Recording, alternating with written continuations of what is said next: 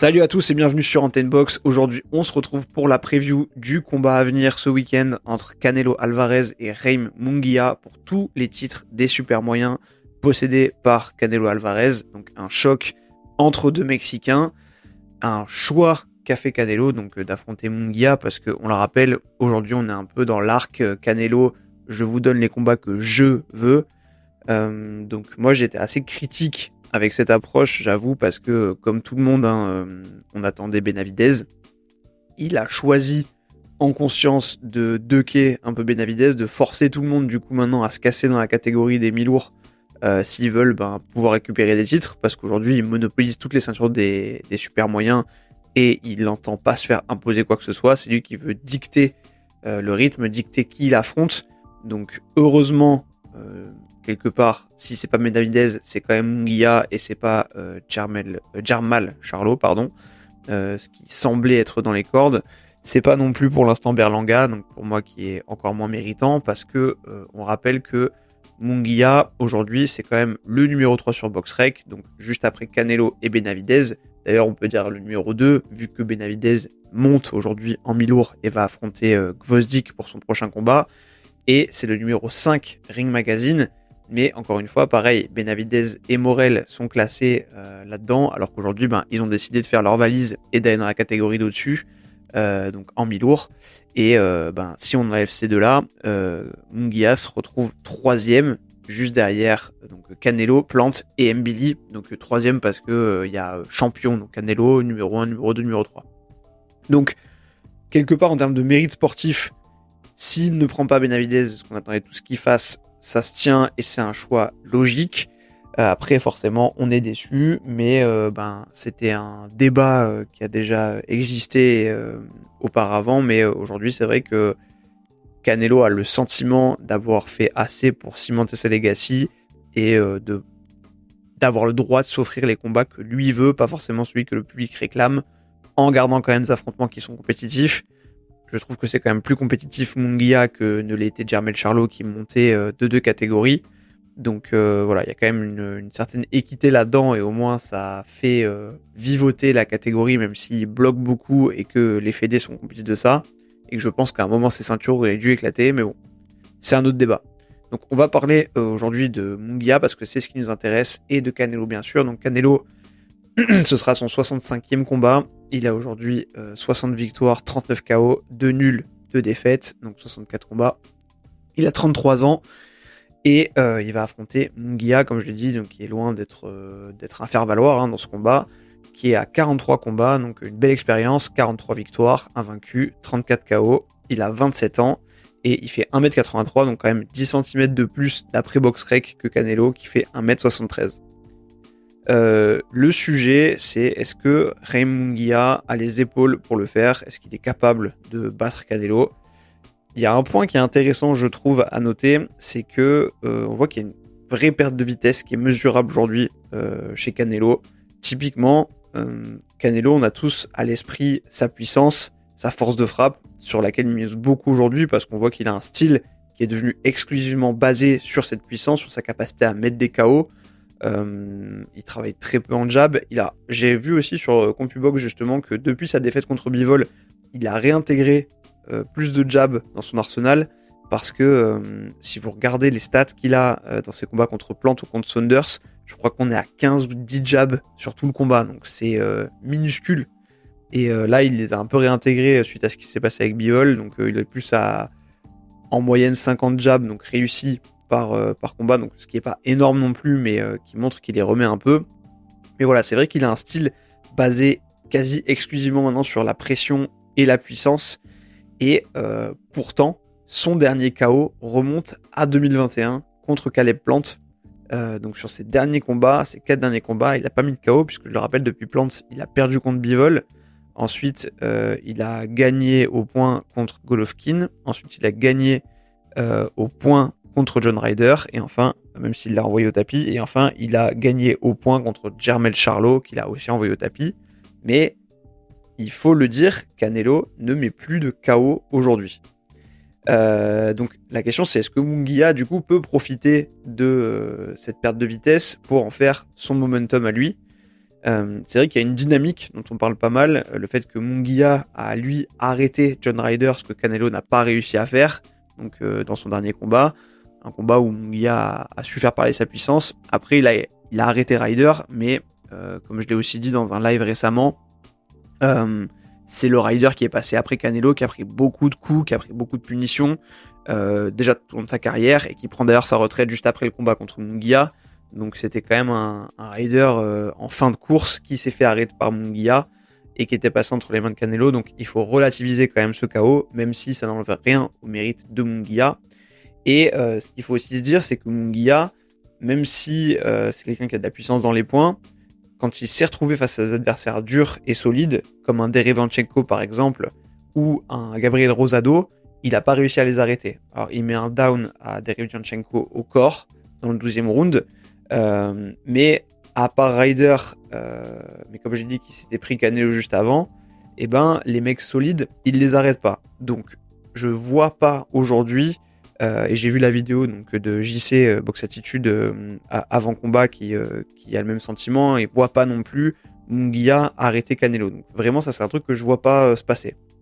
Après on a vu dans un passé très récent, encore une fois, qu'on peut avoir tort et que l'inattendu peut se passer, mais c'est vrai qu'avec le menton de Canelo, mais il y a aujourd'hui les années qui entrent en compte, hein, peut-être qu'un jour il va finir par se fissurer et par craquer ce menton, mais quand on voit Canelo et sa capacité à encaisser d'autres types de boxeurs, je vois pas aujourd'hui Munguia être capable de le surprendre sur une frappe et de le mettre KO. En revanche, ce que Munguia peut amener sur la table, c'est d'autres choses, mais des choses qui je pense ne seront malheureusement pour lui pas suffisantes.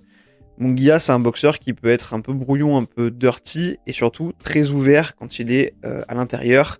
Il est très exposé au contre et il a tendance à se précipiter et il est souvent ouvert aux crochets plongeants qui sont un peu une des spécialités de Canelo. C'est un bon boxeur qui a un bon volume de coups, encore une fois quand il est prêt, mais qui s'ouvre aujourd'hui beaucoup trop et je pense que son style de boxe n'est pas calibré pour ennuyer Canelo et je pense que c'est pour ça que Canelo l'a choisi. Typiquement, je m'attends quand même à un combat divertissant parce que je pense qu'on pourrait avoir une guerre. Il y a ce sujet de est-ce que Munguia respecte trop Canelo ? Moi, j'aurais tendance à être méfiant. Alors oui, comme tout le monde, quand j'ai vu les face-off où Canelo lui met la main sur l'épaule, que lui il a l'air tout gêné, etc., on pourrait avoir l'impression que il est trop respectueux de Canelo. Je pense que sur le ring, ça peut être autre chose. C'est quand même un boxeur qui a de l'expérience en termes de nombre de combats. Donc c'est pas non plus le petit jeune qui sort de nulle part. Je pense qu'il peut avoir la dalle parce qu'il a beaucoup de choses à gagner. Il sait que c'est une opportunité en or qui se représentera peut-être pas, voire sûrement pas s'il perd. Et la question que je me pose moi, c'est est-ce que on se trompe pas finalement en se disant que c'est peut-être pas forcément Munguia qui le respecte trop, mais peut-être Canelo qui le prend trop de haut. Donc c'est une question ouverte. Je pense aussi en effet que Munguia respecte trop Canelo aujourd'hui, mais peut-être que sur le ring ce sera autre chose et que ça peut jouer des tours à Canelo de le prendre de haut. En revanche, comme je disais, je pense que c'est un bon match-up pour Canelo parce que je vois pas aujourd'hui la fougue de Munguia battre l'expérience que Canelo amène sur le ring. Ce qu'il faudrait à Munguia pour être capable de le gêner, ce serait de mettre beaucoup de volume à distance et de faire reculer Canelo. Mais Munguia, quand il met du volume, c'est de près et, comme je disais, c'est à ces moments-là qu'il s'expose justement au contre. Et là, je pense que Munguia va subir le pressing de Canelo. Et surtout, Canelo, il a un double choix parce qu'il peut soit lui mettre la pression et faire reculer Munguia, qui a pas cette boxe justement un peu comme avait Bivol de frapper fort en jab pour déstructurer la boxe de Canelo.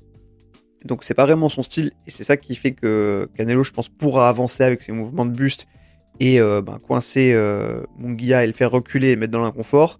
Ou alors Canelo, il peut même se laisser le luxe d'attendre pour timer sur des contres. Donc je pense qu'il a trop d'options aujourd'hui par rapport au style qu'amène Munguia sur le ring. Après, Munguia, il est dangereux sur les mecs qui se jettent en général, comme avait dû le faire Ryder par exemple pour casser la distance. Et je vois pas Canelo faire ça en fait. Canelo il se jettera pas. Donc ça va faire une opportunité en moins dans l'arsenal de Munguia. Et surtout, on a déjà vu Munguia se faire secouer par Derevanchenko justement sur des coups. Et je pense que s'il prend les mêmes coups de la part de Canelo, ça peut lui faire mal. Donc je suis pas sûr de la capacité de résistance de Munguia. Et donc j'en suis encore moins convaincu par rapport à Canelo. À voir, peut-être qu'il va pouvoir encaisser et aller au bout du combat et se déplacer, mais il va faire face à un Canelo qui va avoir une tactique hyper éprouvée chez lui, à savoir mettre la pression et chercher l'ouverture pour les power punch. Et comme je disais, en fait, le travail du jab, il serait crucial pour pouvoir déstructurer la boxe de Canelo. C'est le marqueur qu'a montré Bivol avec sa performance quand il l'a battu, mais ça demande une application et une consistance sur 12 rounds que Munguia, en tant que boxeur assez fougueux, je pense, n'a pas. Et c'est ça le vrai problème. Munguia, il est bon quand il peut dicter les rythmes, et là, je pense que Canelo va vraiment le pousser à reculer. Et encore une fois, on a vu contre Derevyanchenko que les phases où c'était Derevyanchenko qui avait le centre du ring, et ben Munguia, il était pas bien.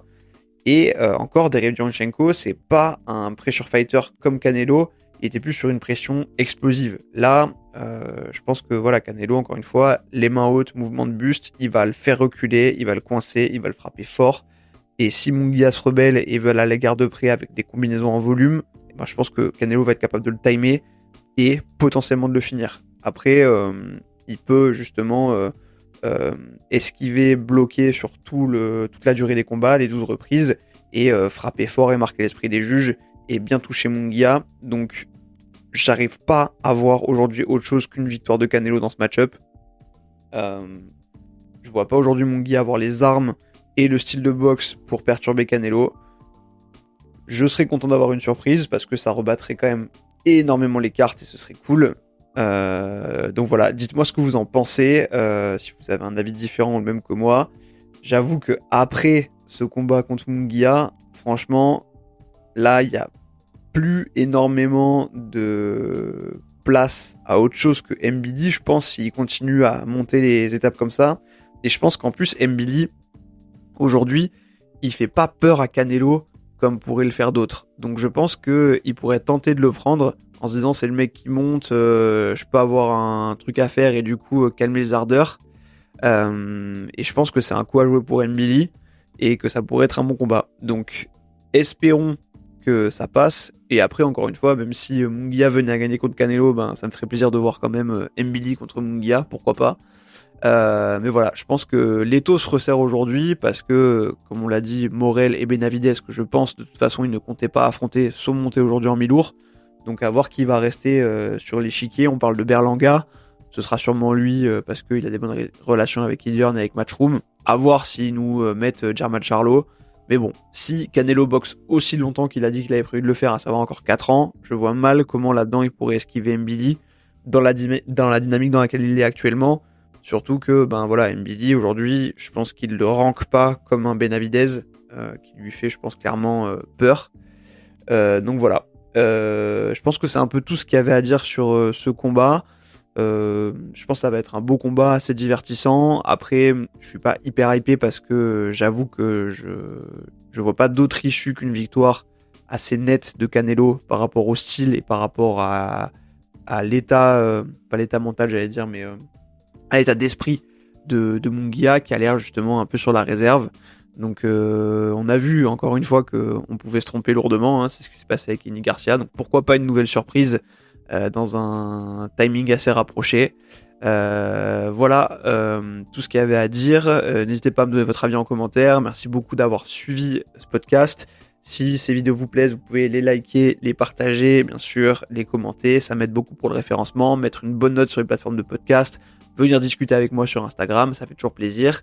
Donc merci à tous ceux qui le font, merci à tous ceux qui me soutiennent. Et je vous dis à très bientôt sur Antenne Box et notamment pour le débrief de ce combat. Ciao!